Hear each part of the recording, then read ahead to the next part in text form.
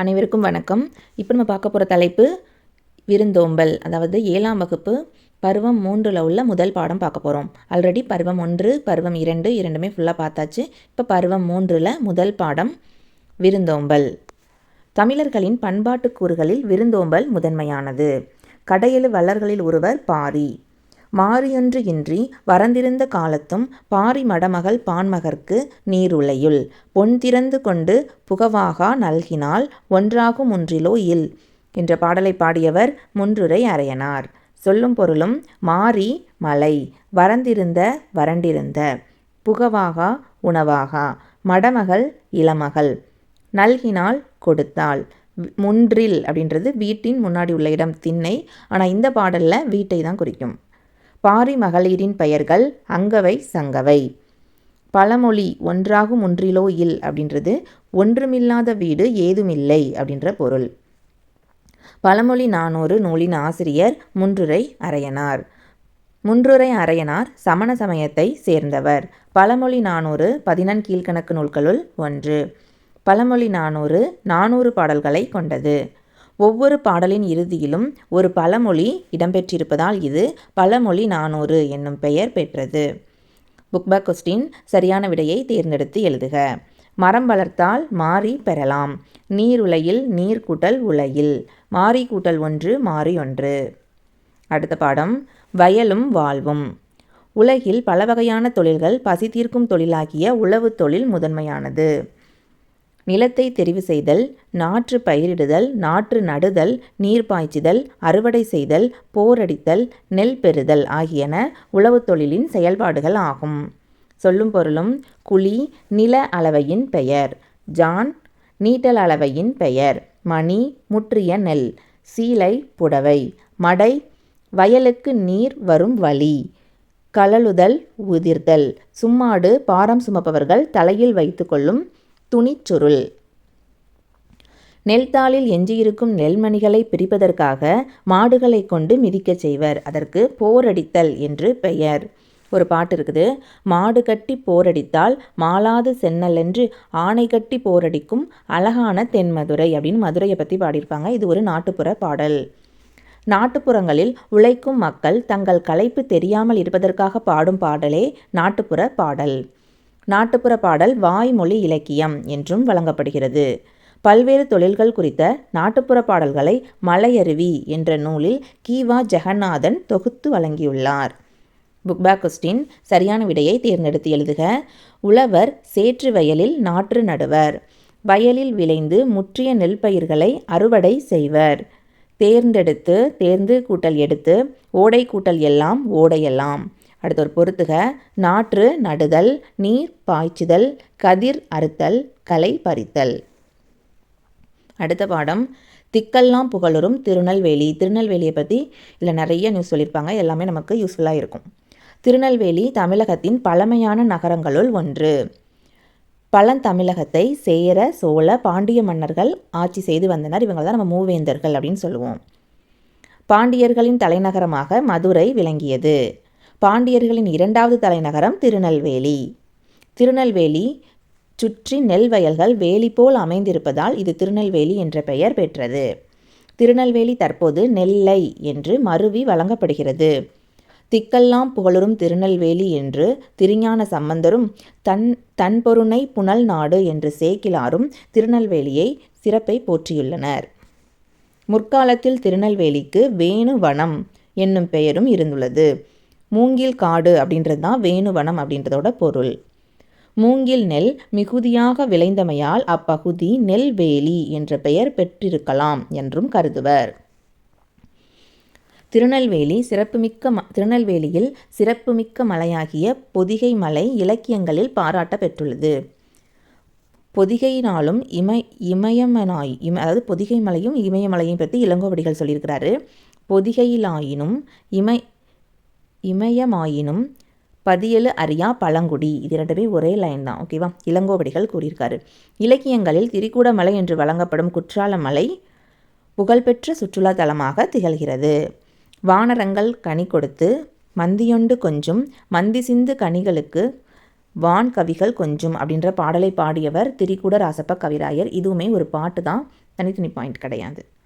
திருநெல்வேலி பகுதியை வளம் செழிக்க செய்யுமாறு தாமிரபரணி. தாமிரபரணி தன் பொருணை நதி என்று முன்னர் அழைத்தனர். பச்சையாறு, மணிமுத்தாறு, சிற்றாறு, காரையாறு, சேர்வலாறு, கடனா நதி ஆகியவை தாமிரபரணியின் கிளையாறுகள். ராமநாதபுரம், நாங்குநேரி, அம்பாசமுத்திரம், தென்காசி போன்ற பகுதிகளில் பெருமளவில் வாழை பயிரிடப்படுகிறது. இங்கு விளையும் வாழைத்தார்கள் தமிழ்நாட்டு மட்டுமின்றி கர்நாடகம், கேரளா போன்ற பிற மாநிலங்களுக்கும் அனுப்பப்படுகின்றன. நெல்லிக்காய் உற்பத்தியில் தமிழகத்தில் நெல்லை மாவட்டமே முதலிடம் வகிக்கிறது. கடலோர மற்றும் உள்நாட்டு மீன்பிடி தொழிலும் இம்மாவட்டத்தில் சிறப்பாக நடைபெறுகிறது. திருநெல்வேலிக்கு அருகிலுள்ள ஆதிச்சநல்லூர் என்னும் இடத்தில் நிகழ்த்தப்பட்ட அகழ்வாய்வில் இறந்தவர்களின் உடல்களை புதைக்க தமிழர்கள் பயன்படுத்திய முதுமக்கள் தாழிகள் கண்டெடுக்கப்பட்டன. ஆதிச்சநல்லூர் தூத்துக்குடி மாவட்டத்தில் உள்ளது. தாமிரபரணி கடலோடு கடக்கும் இடத்தில் கொர்க்கை என்ற துறைமுகம் இருந்தது. கொர்க்கையில் முத்து குளித்தல் சிறப்பாக நடைபெற்றதாக தமிழ் இலக்கியங்கள் கூறுகின்றன. கொர்க்கையில் விளைந்த பாண்டி நாட்டு முத்து உலக புகழ் பெற்றதாக விளங்கியது. கிரேக்க, ரோமாபுரி நாடுகளை சேர்ந்த யவனர்கள் கொர்க்கையின் முத்துக்களை விரும்பி வாங்கி சென்றனர். அடுத்து ஒரு பாட்டு. திங்கள் நாள் விழா மல்கு திருநெல்வேலியுரை செல்வர் தமே. திருஞான சம்பந்தர் பாடியிருக்காரு. காவற்புரை தெரு என்பது காவற்புரை, அதில் காவற்புரை என்றால் சிறைச்சாலை என்று பொருள். அரசர்களால் தண்டிக்கப்பட்டவர்கள் இங்கு சிறை வைக்கப்பட்டதால் இப்பெயர் பெற்றது. அடுத்து கூளைக்கடை தெரு. கூளம் என்பது தானியத்தை குறிக்கும். கூளைக்கடை தெரு என்பதே மருவி, அதாவது கூளக்கடை தெரு அப்படின்றது தான் கூளைக்கடை தெரு அப்படின்னு சொல்கிறோம். அடுத்து அக்கசாலை. அக்கசாலை என்பது அணிகலன்களும் பொற்காசுகளும் உருவாக்கும் இடம். முற்காலத்தில் பொன் நாணயங்கள் உருவாக்கும் பணியாளர்கள் வாழ்ந்த பகுதி அக்கசாலை தெரு என்ற பெயரில் அமைந்துள்ளது. தாமிரபரணி ஆற்றின் மேற்கு கரையில் திருநெல்வேலியும் கிழக்கு கரையில் பாளையங்கோட்டையும் அமைந்துள்ளன. திருநெல்வேலியும் பாளையங்கோட்டையும் இரட்டை நகரங்கள் என அழைக்கப்படுகின்றன. பாளையங்கோட்டையில் அதிக அளவில் கல்வி நிலையங்கள் இருப்பதால் இந்நகர், அதாவது பாளையங்கோட்டை தென்னிந்தியாவின் ஆக்ஸ்போர்டு என்று அழைக்கப்பட்டது. நெல்லை நகரின் மேற்கே பேட்டை என்ற ஊர் உள்ளது. வணிகம் நடைபெறும் பகுதியை பேட்டை என வழங்குதல் பண்டைய மரபு. பாண்டிய மன்னன் நின்றசீர் நெடுமாறனை நெல்லை நகர மக்கள் எதிர்கொண்டு வரவேற்ற இடம் பாண்டியபுரம் என்று அழைக்கப்படுகிறது. அவன் தேவியான மங்கையர்க்கரசியை மகளிர் எதிர்கொண்டு வரவேற்ற இடம் திருமங்கை நகர் என்று வழங்கப்படுகிறது. அகத்தியர் பொதிகை மலையில் வாழ்ந்தார்.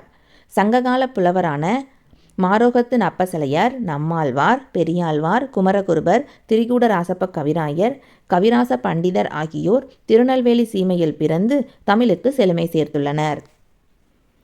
அடுத்து புக் பேக் கொஸ்டின். சரியான விடையை தேர்ந்தெடுத்து எழுதுக. திருநெல்வேலி பாண்டிய மன்னரோடு தொடர்புடையது. இளங்கோவடிகள் மலைக்கு முதன்மை கொடுத்து பாடினர். அதாவது எந்த மலைக்குன்னா பொதிகை மலை. திருநெல்வேலி தாமிரபரணி ஆற்றங்கரையில் அமைந்துள்ளது. பொறுத்துக. தன்பருணை தாமிரபரணி. அக்கசாலை அப்படின்றது பொன் நகரங்கள் உருவாக்கும் இடம். கொர்க்கை முத்துக்குளித்தல். திரிகூடமலை குற்றாலம். அடுத்து திருநெல்வேலி சீமையும் கவிகளும். அதில் யாரெல்லாம் கவிதை பாடியிருப்பாங்க இல்லையா, அதை பற்றின பாட்டு நிறைய திருநெல்வேலியை சுற்றி உள்ள இடங்களை பற்றி பாடியிருப்பாங்க. அவங்கள பற்றி பார்க்கலாம்.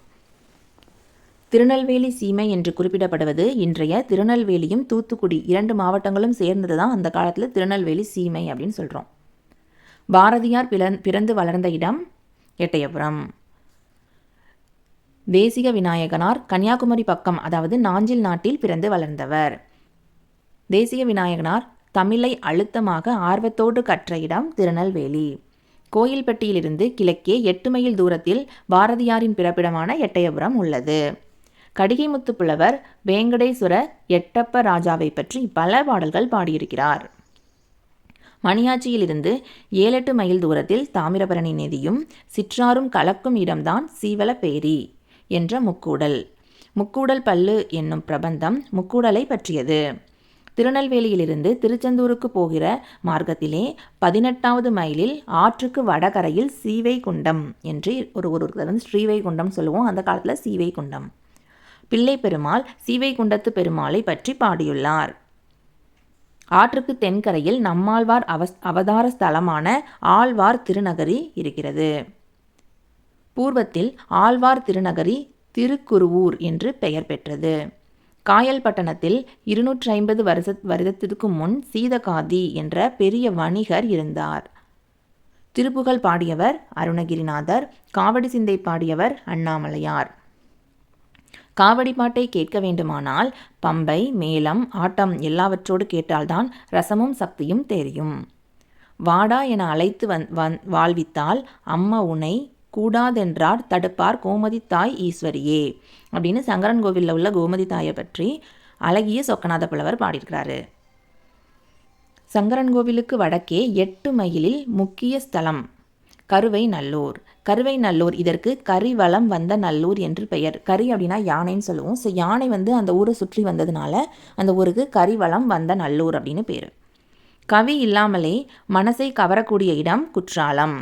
சுமார் 1300 வருடங்களுக்கு முன் திருஞான சம்பந்தர் நுண்துளி தூங்கும் குற்றாலம் என்று பாடியுள்ளார்.